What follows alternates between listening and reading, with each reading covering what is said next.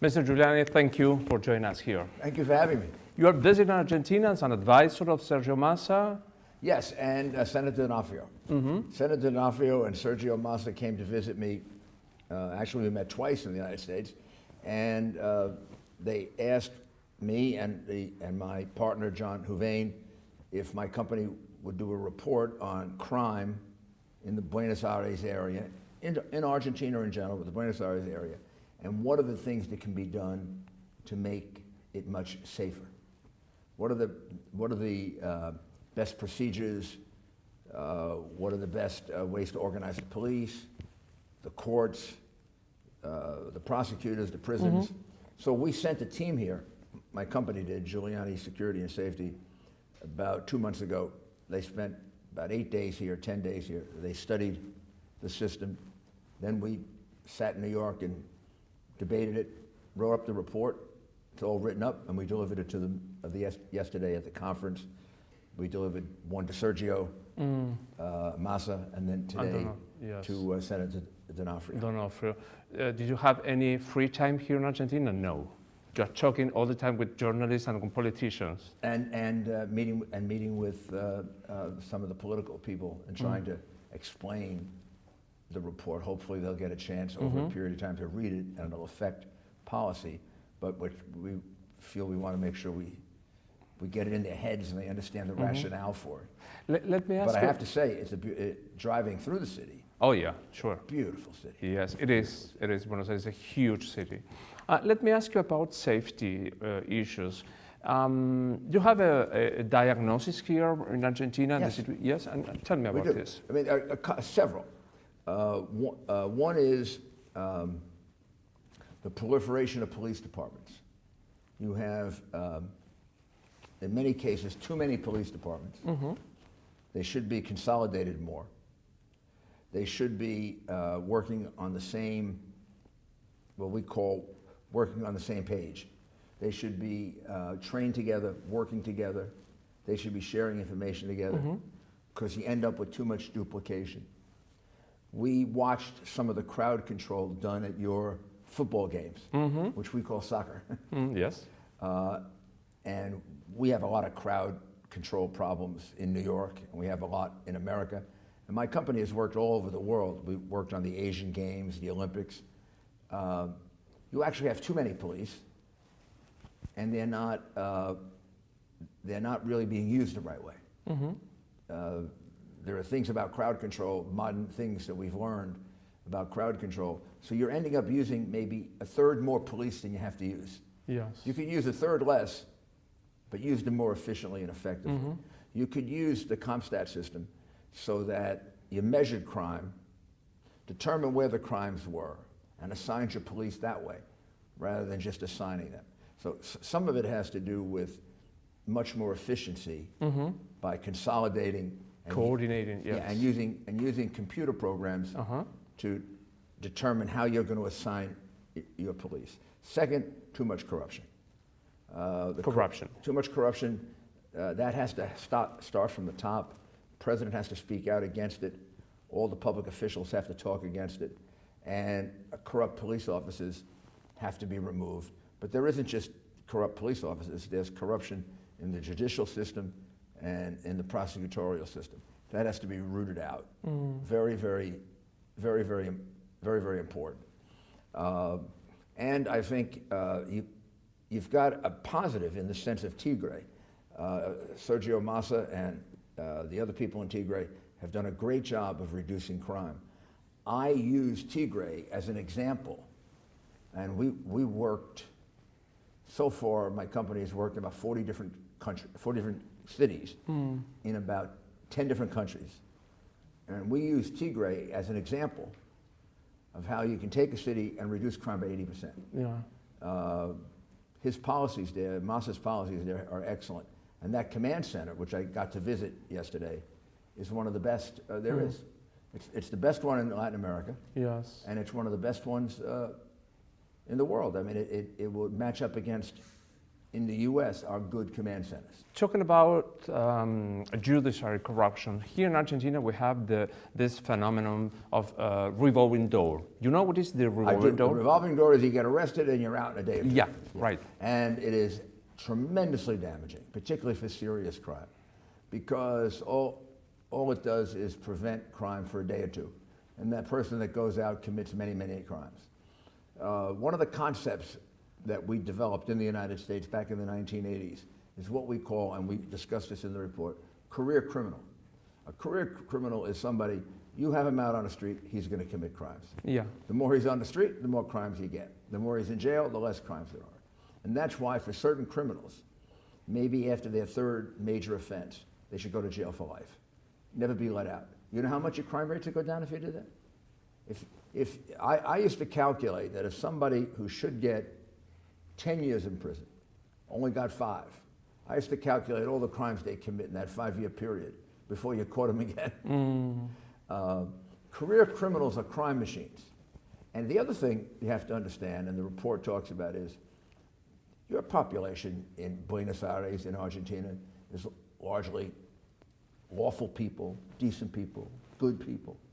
The percentage of criminals seems much greater than it is. But it's not. Because they do so much harm. Yeah. So you have to focus in on them. And that's why the career criminal program is so important. The same people are committing most of the crime. Yeah. So when you get them, don't let them go free. That means you need more prisons. So but if you wanted to make politicians here in Argentina, if you wanted to do that, you were considered like, here we call tough hand, like you are so tough with criminals. Well, if they are harming my citizens, and it's my vow that I take on the Bible to protect my citizens, of course I'm going to be tough on them if they hurt my citizens. I'm going to be tough enough on them so I frighten a lot of other people from doing the same thing. I mean, if someone rapes a woman, I believe he should go to jail for the rest of his life. Yes. I think it might make somebody else think twice about doing it. You defend this concept. If somebody kills a child, in my country, I'd be in favor of the death penalty. That gets your attention.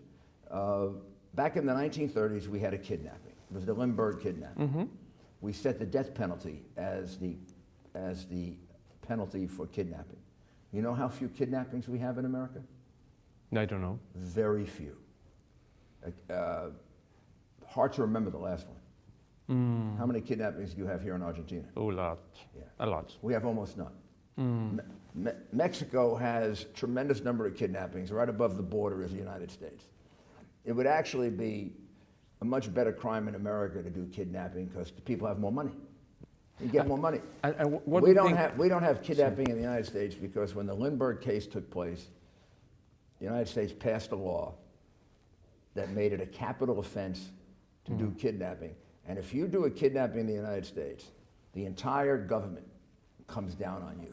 I'm convinced, I'm for sure, tomorrow you are going to read Giuliani belongs to the tough hand, the left politicians are going to say that. And what do they say to people who consider you like a tough politician, a very hard one?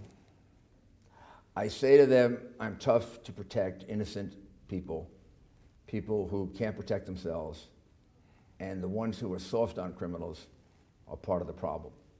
The people who are soft on criminals are the reasons we have little old ladies getting killed, children getting killed, people getting kidnapped. There's no benefit to being soft on criminals. Now, if what you're talking about is somebody that commits a nonviolent crime and we want to talk about rehabilitation, I'm very much in favor of it. If you want to talk about drug rehabilitation, I'm very much in favor of drug rehabilitation. I don't think you have to be tough on drug users. I think you have to be tough on drug dealers. I think on drug users, you should be looking at more treatment programs. I believe in treatment programs. I think they work about 50% of the time.